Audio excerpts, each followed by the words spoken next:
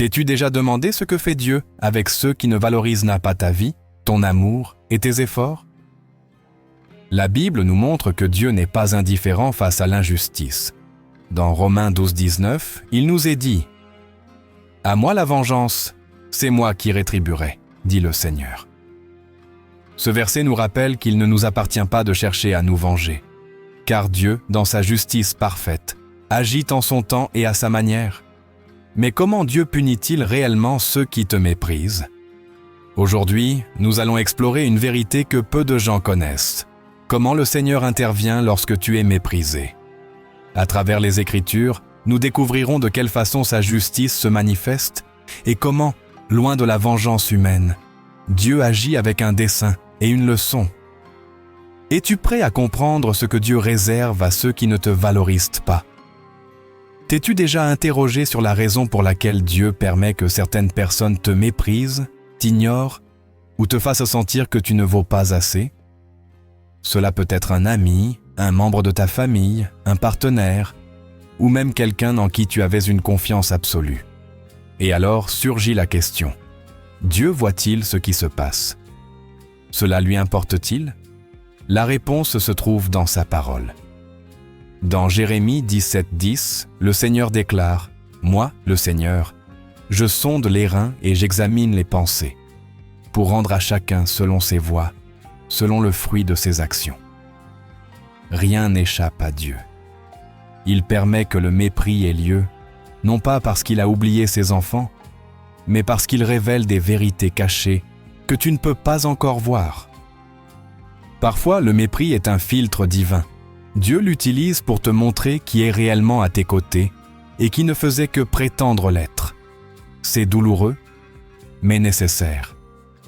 Regarde ce qui est arrivé à Jésus. Parmi tous ceux qui le suivaient, il y en avait un qui, en secret, avait déjà décidé de le trahir, Judas Iscariote. Ce n'était pas un étranger, ni un ennemi déclaré. Il faisait partie du cercle intime de Jésus. Il mangeait avec lui, priait avec lui, écoutait chacun de ses enseignements. Mais dans son cœur, il portait la trahison. Jésus le savait. Et pourtant, il l'a permis. Il ne l'a pas démasqué immédiatement. Il ne l'a pas écarté du groupe. Il a attendu le moment précis, car même la trahison avait un rôle dans le plan divin. T'es-tu déjà arrêté pour penser que peut-être Dieu permet à certaines personnes de te mépriser pour te révéler ce qui se cache dans leur cœur? Quand quelqu'un ne te valorise pas, te traite comme si tu étais superflu, t'utilise puis t'abandonne, il est difficile de ne pas réagir avec colère ou tristesse. Mais Dieu veut que tu observes, que tu apprennes. Tout comme Jésus a permis à Judas de rester à ses côtés jusqu'au dernier repas, parfois Dieu laisse certaines personnes demeurer dans ta vie, juste pour que, lorsque le moment opportun arrivera, la vérité éclate au grand jour. Le mépris est un outil que Dieu utilise pour t'enseigner à qui tu dois fermer la porte et à qui tu dois l'ouvrir. Il y a des moments où Dieu lui-même endurcit le cœur de certaines personnes pour qu'elles te rejettent. Cela semble étrange, mais c'est une réalité. Dans Exode 9:12, il est écrit « Mais le Seigneur endurcit le cœur de Pharaon, et il ne les écouta pas, comme le Seigneur l'avait dit à Moïse. » Dieu aurait pu faire en sorte que Pharaon libère le peuple immédiatement, mais il a permis que son cœur s'endurcisse. Si Pharaon avait cédé facilement, les Israélites seraient repartis sans voir les miracles de Dieu, sans comprendre sa puissance. Parfois, Dieu laisse les gens te fermer les portes au visage, te mépriser, te désespérer. Non pas parce qu'il veut te voir souffrir, mais parce qu'il prépare quelque chose de plus grand. Souviens-toi de l'histoire d'Anne, la mère de Samuel.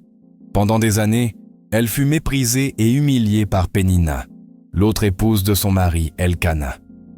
Pénina avait des enfants, Anne n'en avait pas, et à chaque occasion. Pénina se moquait d'elle, la faisait se sentir inférieure. Anne aurait pu réagir avec haine, elle aurait pu se laisser sombrer dans la tristesse. Mais au lieu de cela, elle a porté sa douleur à Dieu. Elle a crié de tout son cœur, et Dieu ne lui a pas seulement donné un fils, il lui a donné Samuel, l'un des plus grands prophètes d'Israël. Que serait-il arrivé si Anne avait laissé le mépris la détruire?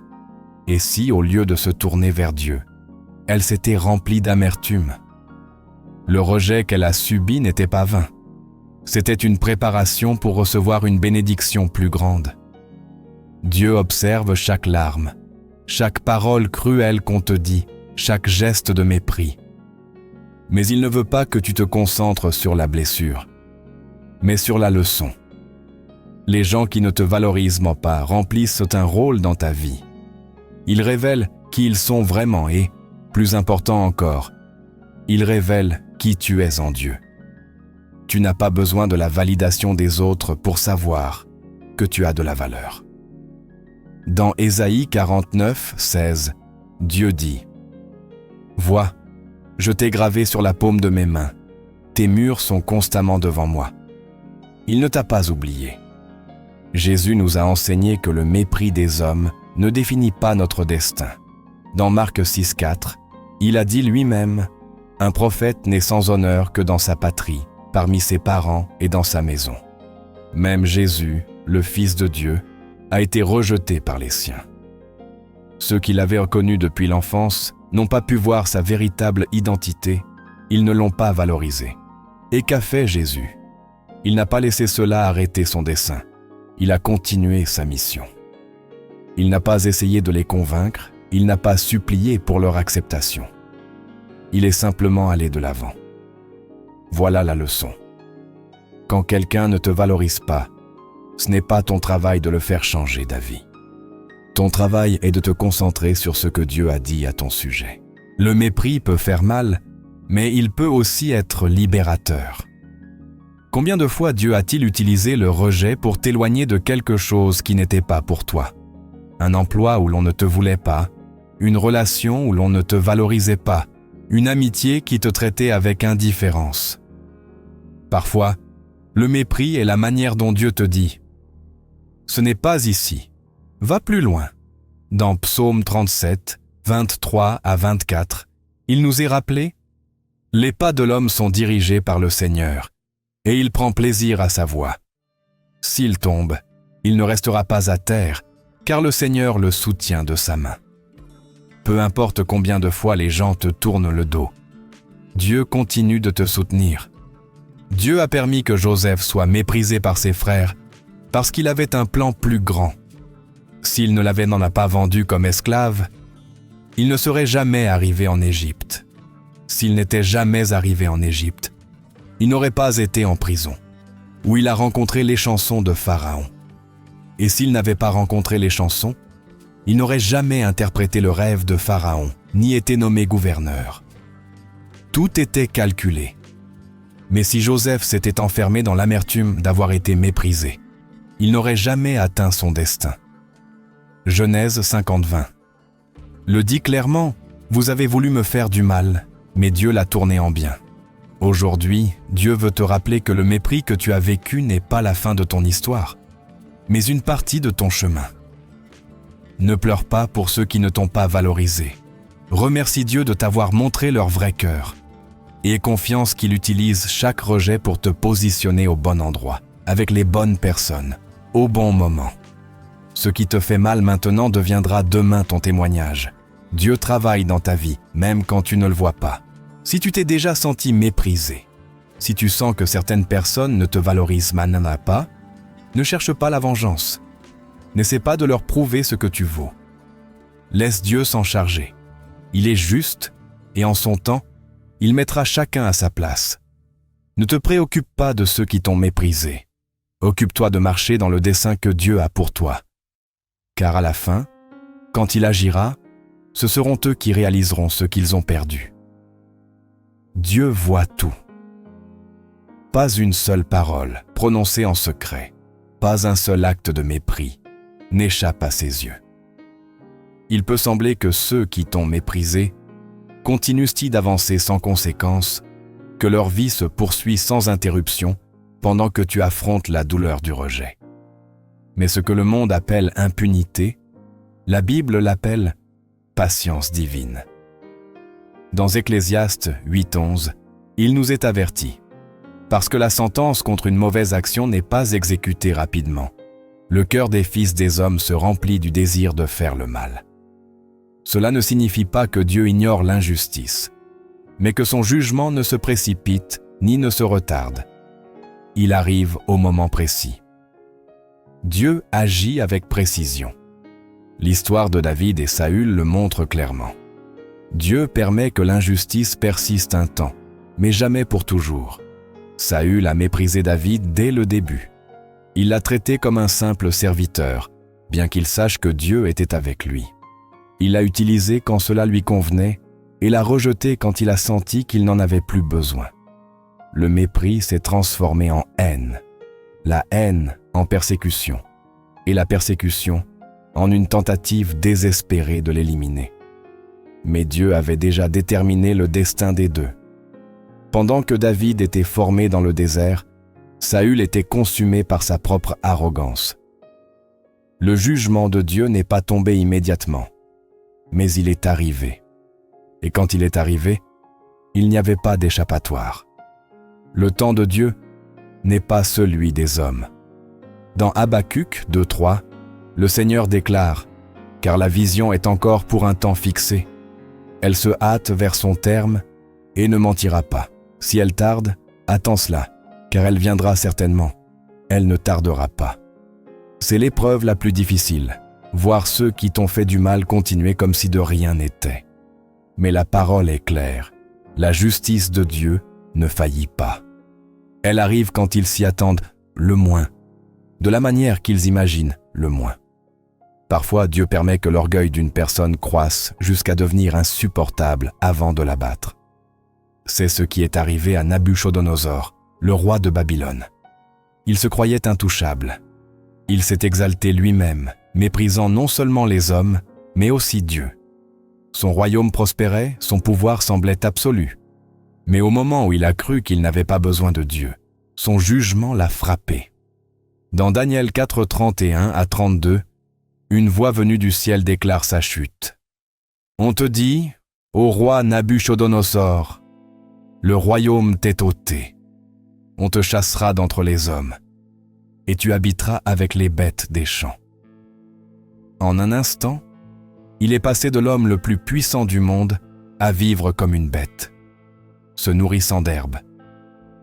Il n'y avait eu aucun signe préalable, aucune mise en garde visible, juste l'exécution exacte de la justice de Dieu.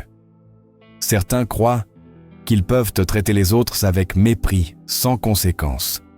Ils se sentent en sécurité parce qu'ils ne voient pas de châtiment immédiat. Mais ce qu'ils ne comprennent pas, c'est que lorsque Dieu agit, il le fait d'une manière qu'on ne peut ni éviter ni inverser. Dans le livre d'Esther, Aman pensait pouvoir humilier et détruire Mardoché sans qu'il lui arrive rien. Il a planifié sa chute, construit une potence pour l'exécuter et assuré sa propre victoire. Mais sur la même structure qu'il avait préparée pour un autre, il a fini pendu. Dieu lui a donné du temps. Il ne l'a pas arrêté à son premier acte de mépris, ne lui a pas fermé la bouche quand il parlait avec arrogance, ne l'a pas empêché de se sentir victorieux. Mais quand le jugement est arrivé, il était irréversible. Il n'y a pas d'action sans conséquence. Galates 6:7 dit « Ne vous y trompez pas, on ne se moque pas de Dieu. Ce qu'un homme aura semé, il le moissonnera aussi. Celui qui méprise les autres sème pour sa propre chute. La moisson peut tarder, mais elle arrivera. Le problème, c'est que beaucoup confondent le silence de Dieu avec son approbation. Ils s'habituent à traiter les autres avec indifférence, croyant qu'ils n'auront jamais à en répondre. Pharaon a pensé la même chose quand il a refusé de libérer Israël. Il croyait que son pouvoir surpassait toute conséquence. Il s'est moqué de Moïse, a endurci son cœur, a refusé d'écouter. Mais après la 10e plaie, il n'y avait plus d'orgueil. Son armée, qui avait autrefois dominé les nations, a été engloutie sous les eaux de la mer Rouge. La justice de Dieu ne peut être arrêtée. Chaque fois que quelqu'un te méprise, une réponse divine est en cours. Tu n'as pas besoin de chercher la vengeance ni de souhaiter qu'un malheur leur arrive. Dieu est déjà à l'œuvre.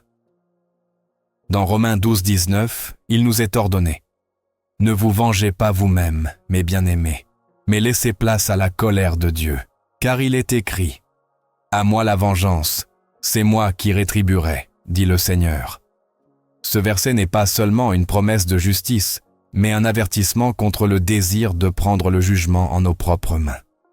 Tu n'as pas besoin de prouver quoi que ce soit à personne, ni de faire en sorte que ceux qui ne t'ont pas valorisé réalisent leur erreur. Dieu le fera pour toi. Le jugement de Dieu est exact, car il pèse le cœur de chaque personne. Tous les mépris ne sont pas identiques, et toutes les conséquences n'arrivent non pas de la même manière. Certaines personnes affronteront une chute publique et une humiliation, comme Aman. D'autres verront le favor de Dieu les abandonner peu à peu, jusqu'à ce qu'il ne reste que le vide, comme Saül. Et certaines seront témoins de la prospérité de ceux qu'ils ont méprisés, comme les frères de Joseph.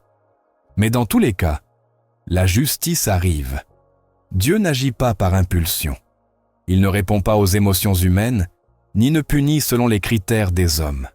Son jugement est parfait. Dans Job 34:12, il est affirmé « Non, Dieu ne commet jamais d'injustice. Le Tout-Puissant ne pervertit jamais le droit. » Cette vérité nous libère de l'inquiétude et de l'angoisse. Tu n'as pas besoin d'attendre que l'autre personne demande pardon, ni de chercher qu'elle reconnaisse le mal qu'elle a fait. La justice de Dieu ne dépend pas de leur repentir. Elle dépend de sa propre parole. Le temps d'attente entre la blessure et la justice est une épreuve. Dieu observe comment tu réagis. Vas-tu tomber dans l'amertume ou faire confiance en lui? Laisseras-tu le mépris définir ton identité ou te souviendras-tu de qui tu es en Dieu? Dans Psaume 37, 7 à 8, il nous est dit « Garde le silence devant l'Éternel et espère en lui. Ne t'irrite pas contre celui qui réussit dans ses voies, contre l'homme qui exécute ses mauvais desseins. Laisse la colère, abandonne la fureur. Ne t'irrite pas, ce serait mal faire. C'est le défi. Attendre sans perdre la foi, faire confiance sans désespérer. » L'histoire a démontré que ceux qui méprisent les autres ne finissent jamais en victoire. Dieu rend à chacun selon ses voies. Dans Luc 14:11, Jésus résume cela avec une vérité irréfutable. « Car quiconque s'élève sera abaissé, et quiconque s'abaisse sera élevé. » Ceux qui t'ont traité avec indifférence, qui t'ont ignoré, qui ont pensé pouvoir te piétiner sans conséquence, affronteront la justice divine au moment précis. Et quand cela arrivera, il n'y aura pas de retour en arrière. Il n'y a pas de mépris qui reste sans réponse, pas de dédain que Dieu ignore. La justice de Dieu n'est pas seulement certaine, elle est parfaite. Tu ne la verras peut-être pas aujourd'hui, mais elle viendra. Pas quand tu le voudras, mais quand Dieu le décidera. Et quand elle arrivera, elle sera définitive.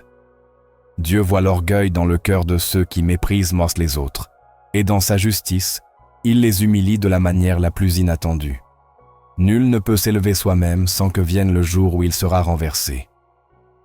Dans Proverbes 16:18, il est averti « L'orgueil précède la ruine et l'arrogance précède la chute. » Quand quelqu'un méprise, quand il traite avec arrogance ceux que Dieu a bénis, il construit le chemin vers sa propre humiliation. L'histoire a prouvé que le mépris ne reste jamais impuni, car Dieu résiste aux orgueilleux et donne la grâce aux humbles. Dans le livre de Daniel, le roi Nabuchodonosor a expérimenté le poids du jugement divin lorsque son orgueil l'a conduit à s'élever au-dessus de tous. Il se vantait de sa grandeur, de son pouvoir, de tout ce qu'il avait accompli par ses propres mains. Il croyait que son royaume était indestructible, que sa domination sur les hommes était absolue. Mais sa confiance en lui-même l'a aveuglé. Dieu l'avait averti en rêve, lui avait envoyé des signes pour qu'il se tourne vers lui, mais son cœur était endurci. Au moment où il a proclamé sa gloire sans reconnaître Dieu, la sentence est tombée sur lui. Il a perdu sa raison, a été chassé de son propre royaume et a vécu comme une bête dans les champs. Son pouvoir ne l'a pas sauvé. Sa richesse n'a pas empêché son humiliation. Ce qu'il croyait éternel s'est effondré en un instant. Il n'a retrouvé sa dignité qu'après avoir reconnu que seul Dieu est souverain. L'orgueil aveugle et fait croire aux gens qu'ils sont intouchables, qu'ils ne subiront jamais les conséquences de leurs actes. Ils s'entourant de pouvoir, de reconnaissance humaine, de l'admiration de ceux qui les suivent. Et cela leur donne un faux sentiment de sécurité. Mais la Bible est claire. Quiconque s'élève sera abaissé. Saül, le premier roi d'Israël, est un exemple de la manière dont Dieu humilie ceux qui s'élèvent au-dessus de sa volonté. Lorsqu'il fut choisi, il avait l'opportunité d'être un grand roi, de gouverner avec justice et humilité. Mais son cœur s'est rempli de jalousie, d'insécurité, du besoin de contrôler ce qui ne lui appartenait pas. Il a méprisé David, l'a vu comme une menace au lieu de reconnaître le dessein de Dieu dans sa vie. Il a tenté de s'accrocher au trône à tout prix, mais chaque tentative d'éliminer David ne faisait que le rapprocher de sa propre destruction. Il est mort dans la défaite, abandonné, sans la gloire qu'il cherchait tant à préserver. Quand quelqu'un méprise un autre, quand il l'ignore, le traite avec indifférence ou le considère comme insignifiant, il n'offense pas seulement cette personne, mais aussi le Dieu qui l'a créé. Dans Matthieu 25, 40, Jésus a dit « En vérité, je vous le dis, dans la mesure où vous l'avez fait à l'un de ces plus petits de mes frères, c'est à moi que vous l'avez fait. » Chaque acte de mépris est un acte d'orgueil et d'arrogance qui, tôt ou tard, est confronté par Dieu. Nul ne peut humilier sans être humilié. Nul ne peut ignorer sans être ignoré. Le pharaon d'Égypte pensait pouvoir traiter le peuple de Dieu avec cruauté sans en subir les conséquences. Il a endurci son cœur, s'est moqué de Moïse, a refusé de libérer les Israélites. Il croyait que son pouvoir surpassait tout avertissement. Il n'imaginait pas que l'eau même sur laquelle il comptait pour soutenir son royaume deviendrait sa tombe. Quand il a décidé de poursuivre les Israélites, convaincu qu'il pouvait encore les contrôler, Dieu a refermé la mer sur lui et son armée. Ce qui avait été pendant si longtemps un symbole de sa domination est devenu le théâtre de sa destruction. L'humiliation de ceux qui méprisent n'est pas toujours immédiate. Parfois, Dieu permet qu'ils s'enorgueillissent davantage, qu'ils s'élèvent jusqu'au sommet, uniquement pour que leur chute soit plus grande. Aman est le meilleur exemple de la manière dont Dieu laisse l'arrogant se remplir de confiance avant de le confronter à sa propre ruine. Il se croyait intouchable. Sa position à la cour du roi Assuérus lui donnait une autorité sur tous. Il exigeait la révérence, désirait être honoré. Mais quand Mardochée a refusé de s'incliner devant lui, son orgueil s'est transformé en colère. Il ne s'est pas contenté de le mépriser en privé. Il a planifié son exécution publique, a construit une potence pour le pendre et a préparé sa défaite. Mais Dieu a renversé l'histoire en un seul jour. La même potence qu'il avait construite pour Mardochée est devenue l'instrument de sa propre humiliation. Il pensait se moquer de son ennemi, mais il a fini par être moqué par son propre destin. Dieu humilie ceux qui se moquent des autres, ceux qui les méprisent et les considèrent comme inférieurs. Dans 2 Rois 2, 23 à 24, un groupe de jeunes s'est moqué du prophète Élisée, l'appelant « chauve ». Cela semblait une offense insignifiante, une simple raillerie. Mais Dieu ne l'a pas vu ainsi. Le manque de respect envers son serviteur n'est pas resté sans réponse. Soudain, 2 ours sont sortis de la forêt et les ont déchirés. Ce n'était pas un hasard. Dieu n'ignore pas quand quelqu'un est méprisé. Il ne passe pas outre l'arrogance de ceux qui croient pouvoir traiter les autres avec dédain, sans qu'il y ait de conséquences. Le mépris n'est pas toujours ouvert ou évident. Parfois, il se cache dans l'indifférence, dans le désintérêt, dans la fausse supériorité de ceux qui croient au pouvoir se passer des autres sans que cela ait un coût. Dans la parabole du riche et de Lazare, Jésus a montré comment ceux qui ignorent les autres affronteront la justice divine.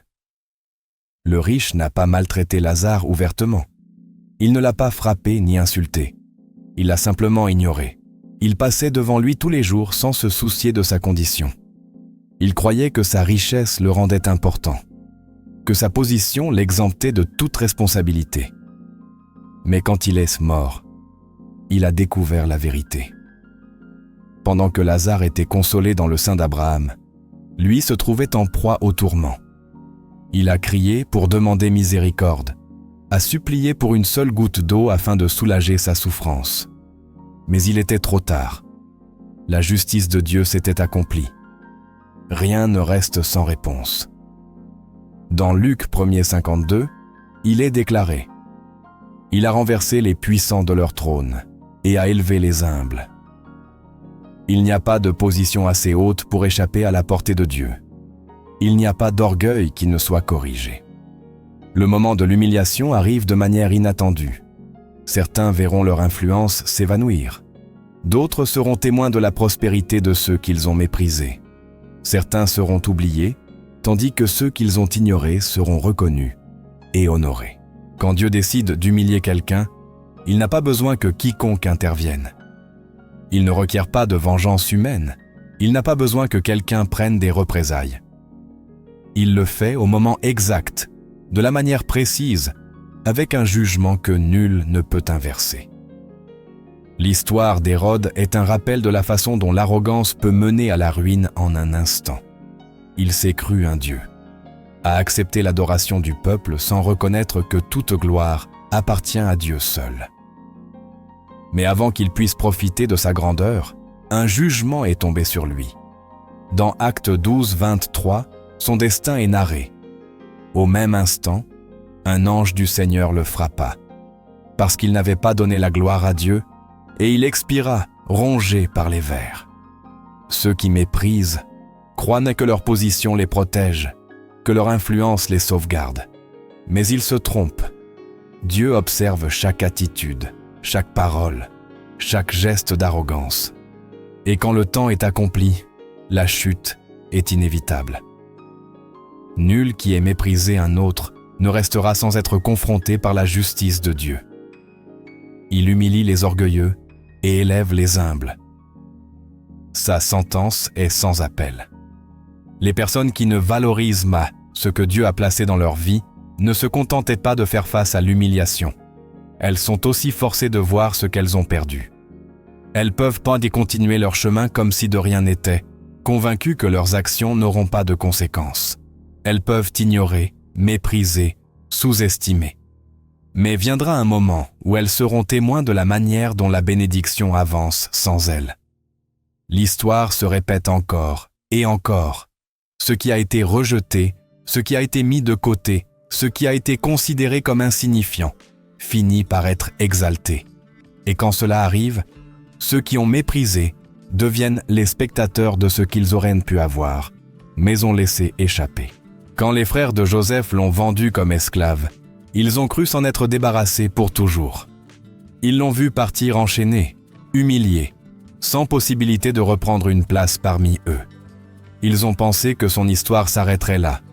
Ils ne savaient pas que celui qu'ils avaient traité comme s'il ne valait rien était en route pour occuper la position la plus élevée après Pharaon. Ils n'ont pas imaginé qu'un jour viendrait où ils se tiendraient devant lui, affamés, désespérés, dépendants de l'homme qu'ils avaient un jour vu comme un rebut. Quand ils se sont trouvés face à Joseph, ils ne l'ont pas reconnu.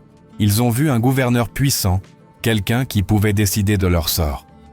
Mais lui les a reconnus. Il l'avait abandonné, mais il ne les avait jamais oubliés. Il y a quelque chose dans le jugement de Dieu qui va au-delà de la simple rétribution. Il ne s'agit pas seulement d'humilier les arrogants ou de renverser ceux qui s'élèvent. Parfois, la plus grande punition est de permettre qu'ils soient témoins de la bénédiction qu'ils ont méprisée.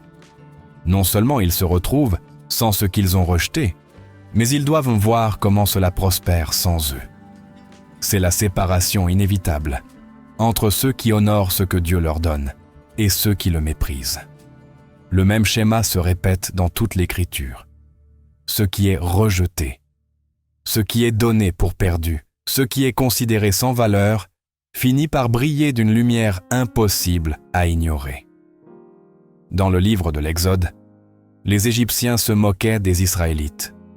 Ils ne les considéraient pas dignes de respect. Ce n'étaient que des esclaves, rien de plus. Ils ne méritaient ni traitement juste, ni dignité, ni liberté. Mais en une seule nuit, tout a changé. Au moment le moins attendu, le peuple qui avait été méprisé est sorti en victoire, avec des richesses, avec honneur, avec la bénédiction de celui qui les avait vus souffrir en silence. Ceux qui s'étaient moqués d'eux, ceux qui les avaient utilisés et exploités, ont dû regarder partir avec la tête haute. L'esclavage était fini. Le mépris s'était transformé en faveur. Il n'y a pas de mépris sans conséquence. Quand on méprise quelque chose qui vient de Dieu, tôt ou tard arrive la compréhension de ce qui a été perdu. C'est l'histoire d'Ésaü. Pendant des années, il a eu le droit d'aînesse entre ses mains. Il lui appartenait de droit, mais il l'a vu comme quelque chose sans importance. Il l'a échangé contre un plat de lentilles sans réfléchir à ce qu'il abandonnait. Ce n'est que lorsqu'il était trop tard qu'il a compris son erreur. Il a crié, a supplié, a cherché un moyen de récupérer ce qu'il avait méprisé. Mais il ne le pouvait pas. Hébreux 12:17 décrit son destin avec des mots clairs. Car vous savez que plus tard, voulant hériter de la bénédiction, il fut rejeté et il n'y eut pas de place pour le repentir, bien qu'il l'ait cherché avec des larmes. Quand le temps de la grâce s'épuise, il ne reste que le souvenir de ce qui aurait pu être. Le rejet ne change pas seulement la vie de celui qui est méprisé, mais aussi celle de celui qui méprise. Dans la parabole du fils prodigue, le frère aîné croyait que l'obéissance sans amour lui garantissait sa position. Il n'a jamais quitté la maison, n'a jamais gaspillé son héritage. Mais il n'a pas non plus compris la valeur de ce qu'il avait. Ce n'est que lorsque son frère est revenu et a été restauré qu'il a senti que quelque chose lui avait été enlevé. Pas parce que son frère lui avait pris quoi que ce soit, mais parce qu'il a soudain réalisé que la grâce agissait en quelqu'un d'autre. Et lui s'est retrouvé les mains vides. Il n'avait pas compris la bénédiction jusqu'à ce qu'il voie un autre en profiter. Les opportunités qu'on méprise ne disparaissent pas. Elles sont simplement données à quelqu'un d'autre. C'est ce qui est arrivé au roi Saül. Pendant des années, il a eu la couronne, le favor de Dieu, l'opportunité d'être un leader selon sa volonté.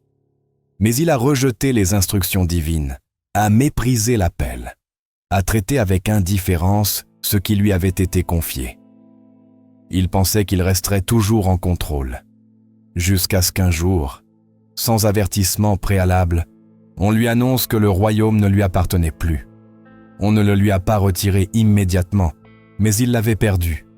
Et le pire coup n'a pas été la perte du trône, mais de voir quelqu'un d'autre l'occuper, voir David être oint, voir son nom grandir, voir le favor de Dieu l'accompagner tandis que sa propre vie s'effondrait.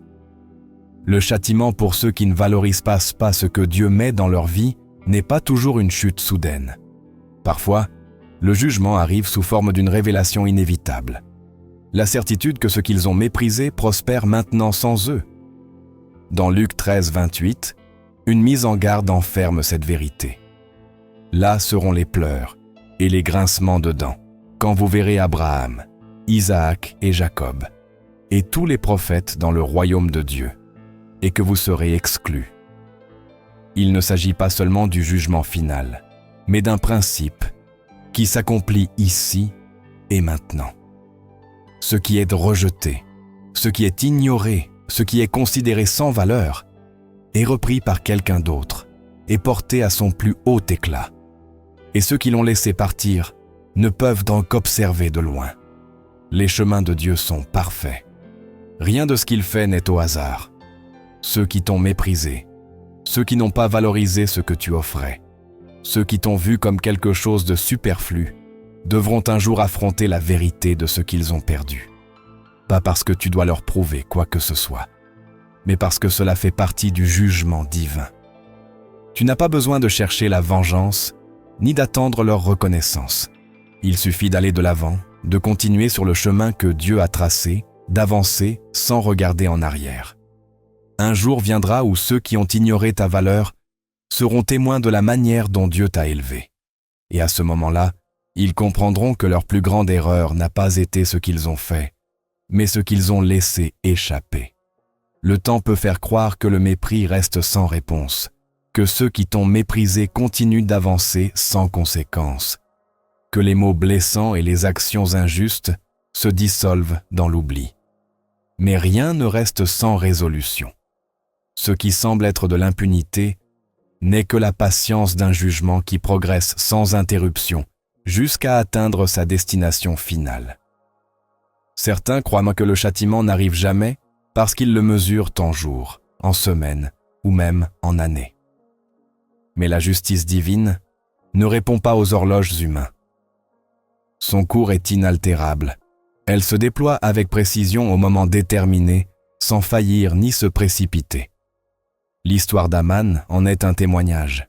Il pensait que sa position lui donnait le droit d'humilier, que sa proximité avec le roi le rendait intouchable, que sa haine resterait impunie. Il a construit la potence avec l'assurance que sa victime y serait pendue. Mais la structure de sa vengeance est devenue le théâtre de sa ruine.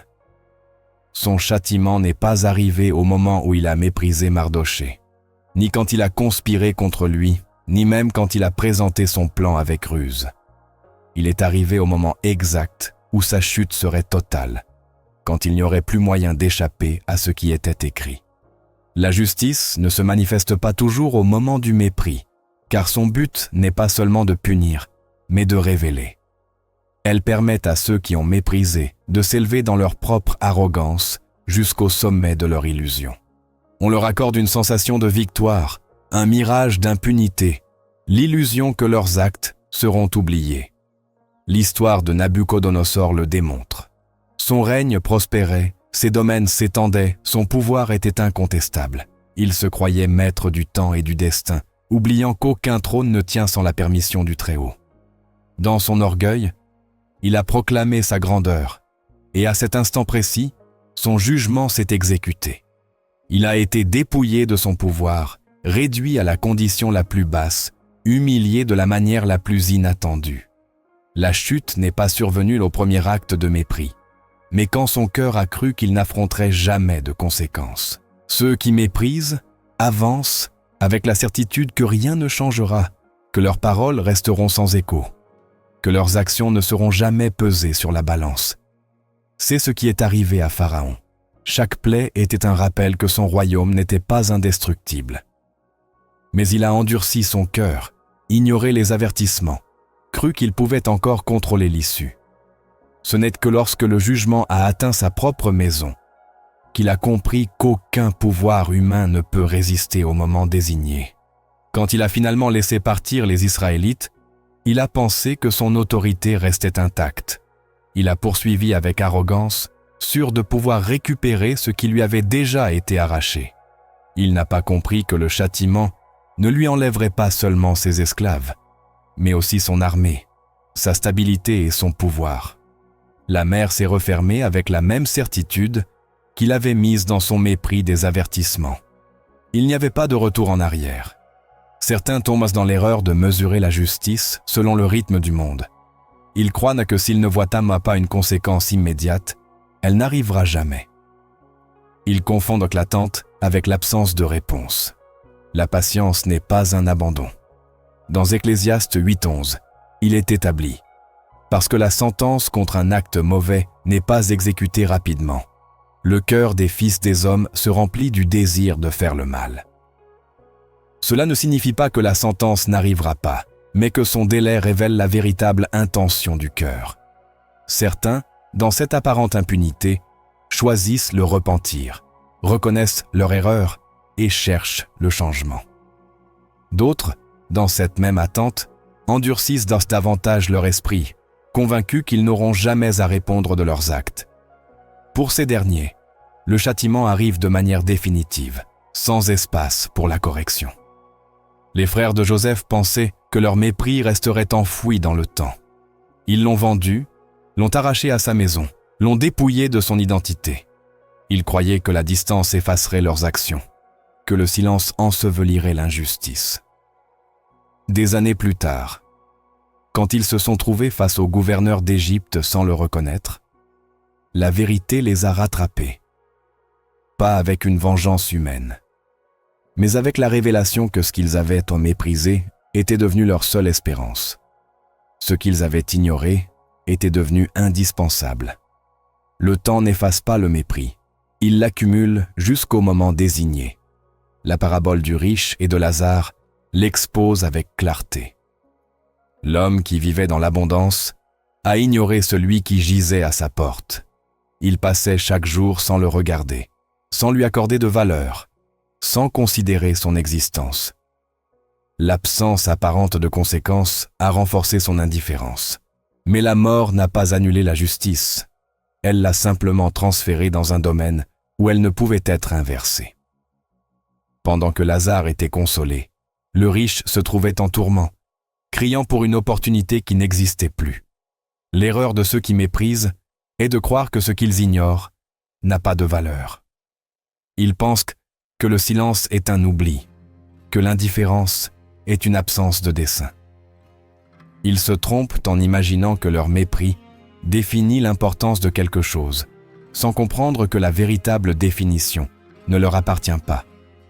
Dans Luc 14:11, il est affirmé « Car quiconque s'élève sera abaissé, et quiconque s'abaisse sera élevé. » L'inversion est inévitable.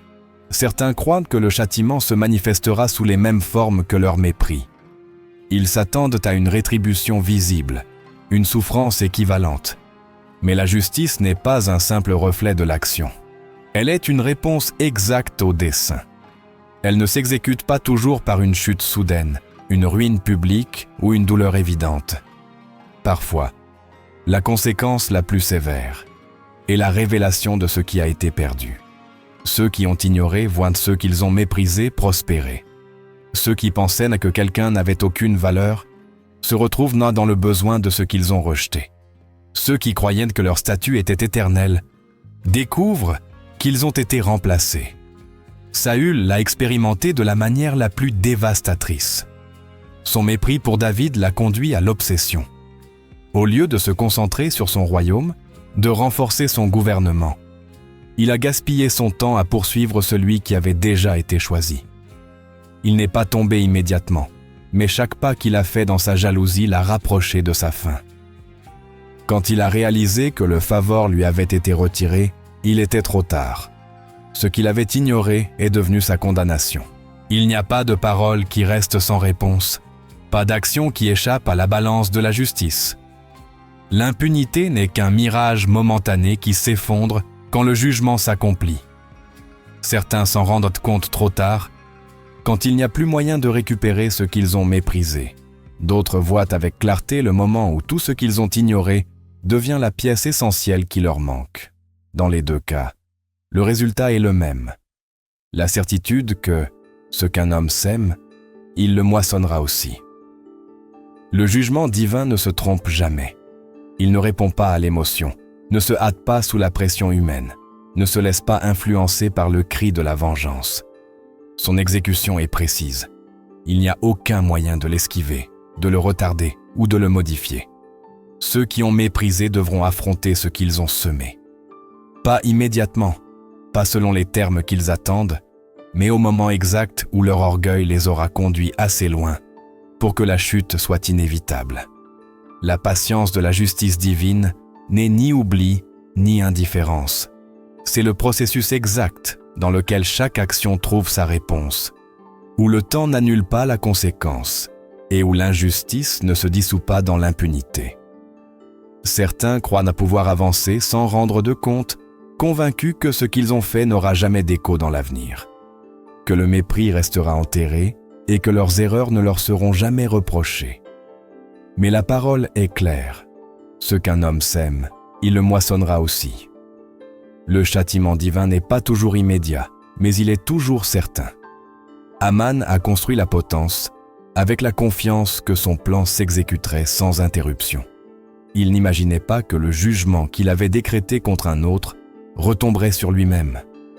À chaque pas, à chaque parole de mépris, à chaque décision qu'il a prise pour s'assurer que son ennemi ne prospère pas, il scellait son propre destin. Sa chute n'est pas survenue au moment de son mépris, ni quand il a fomenté sa vengeance, mais quand il a cru que sa victoire était irréversible. À l'instant où il était le plus confiant dans son pouvoir, la sentence l'a atteint. La même structure qu'il avait érigée pour détruire est devenue l'instrument de sa propre condamnation.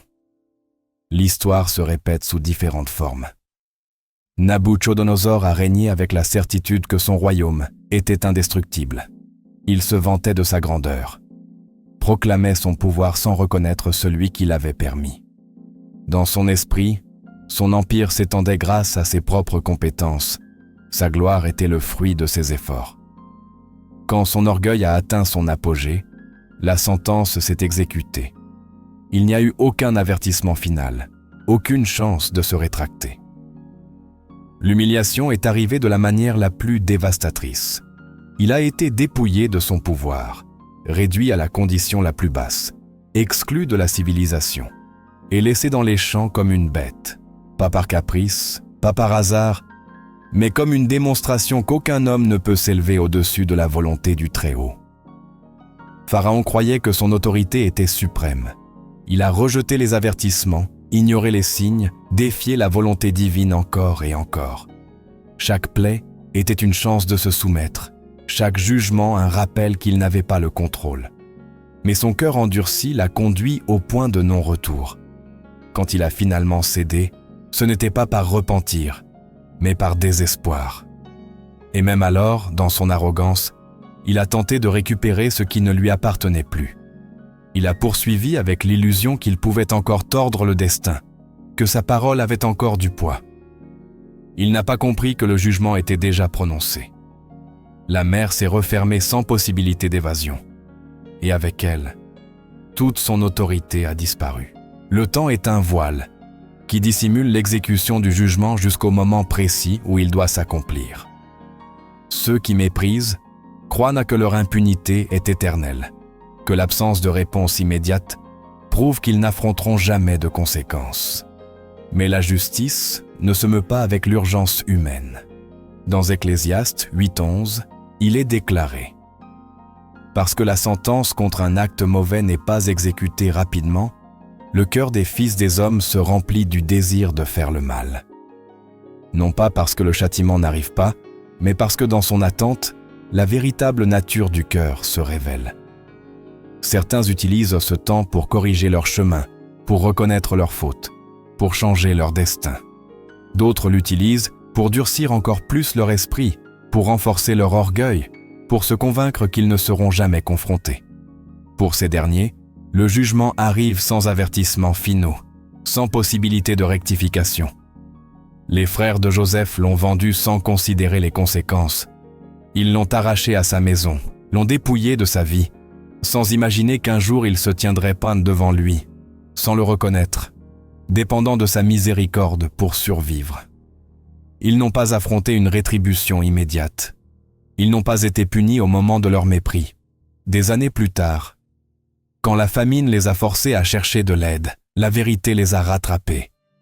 Pas avec une vengeance, mais avec la révélation de ce qu'ils avaient à perdu. Ce qu'ils avaient à mépriser était devenu leur espérance. La parabole du riche et de Lazare montre la même leçon sous une perspective différente.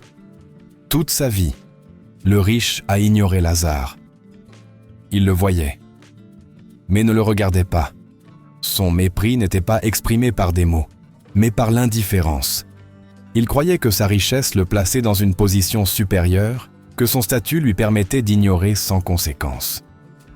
Il n'a jamais considéré que la vie ne se définit pas par ce qu'on possède, mais par ce qu'on est. Au moment de sa mort, le jugement a été immédiat.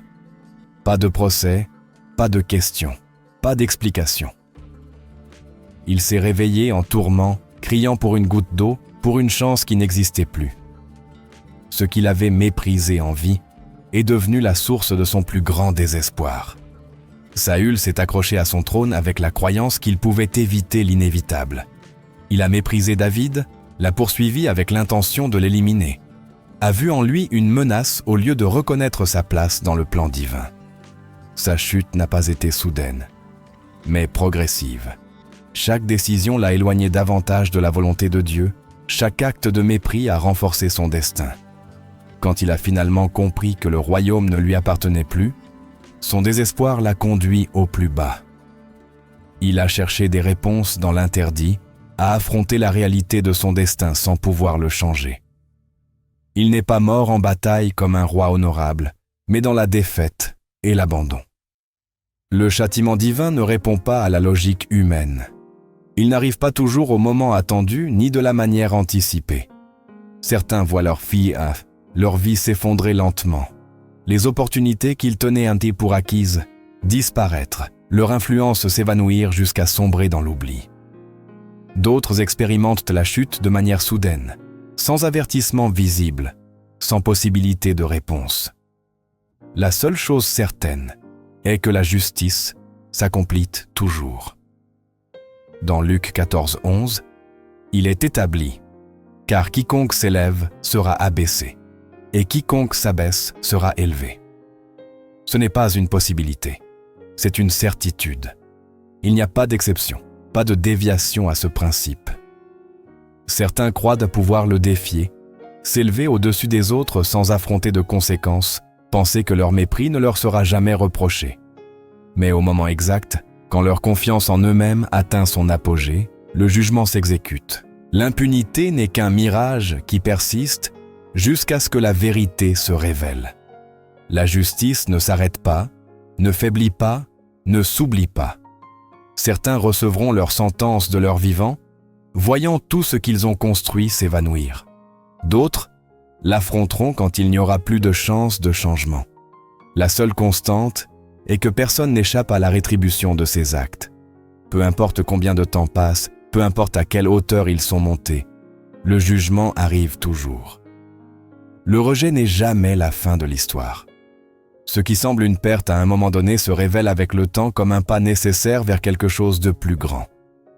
Quand quelqu'un te méprise, te traite avec indifférence, t'exclut comme si ta présence n'avait pas de valeur, la réaction naturelle est la douleur. Mais ce qu'on ne voit pas toujours à ce moment-là, c'est que le mépris n'est pas une punition, mais une réorientation. Ce n'est pas une fermeture, mais une redirection. Ce qui ressemble à une humiliation est en réalité la main de Dieu qui t'éloigne des lieux où ton destin ne peut s'épanouir. Joseph ne serait pas devenu gouverneur d'Égypte si ses frères l'avaient traité avec justice. Anne n'aurait pas crié de tout son être si elle n'avait pas été méprisée par Pénina. Moïse n'aurait pas conduit Israël si Pharaon l'avait accueilli avec faveur. Ce que les hommes voient comme un rejet, Dieu l'utilise comme une porte fermée qui t'oblige à avancer vers l'endroit où se trouve réellement la bénédiction. Il y a des moments où la seule façon de te faire bouger est à travers la déception. Si tu avais été valorisé là où tu étais, tu serais resté. Si tu avais été bien traité par ceux en qui tu avais confiance, tu aurais construit ta vie dans un endroit où tu n'étais pas destiné à fleurir. Le mépris n'est pas un signe de ton manque de valeur, mais une confirmation que tu n'appartenais pas là. La parole le dit clairement dans Matthieu 10,14. « Et si quelqu'un ne vous reçoit pas et n'écoute pas vos paroles, sortez de cette maison ou de cette ville et secouez la poussière de vos pieds. » Ce n'est pas un appel à lutter pour être accepté. C'est une instruction directe de ne pas insister dans des lieux où ce que Dieu a mis en toi n'est pas reconnu.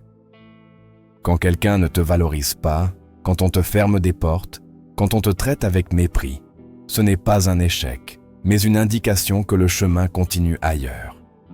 Ce qui se passe après le mépris est ce qui définit le véritable but de l'épreuve. Pendant que certains s'accrochent à la blessure, d'autres utilisent la leçon comme une fondation pour ce qui vient.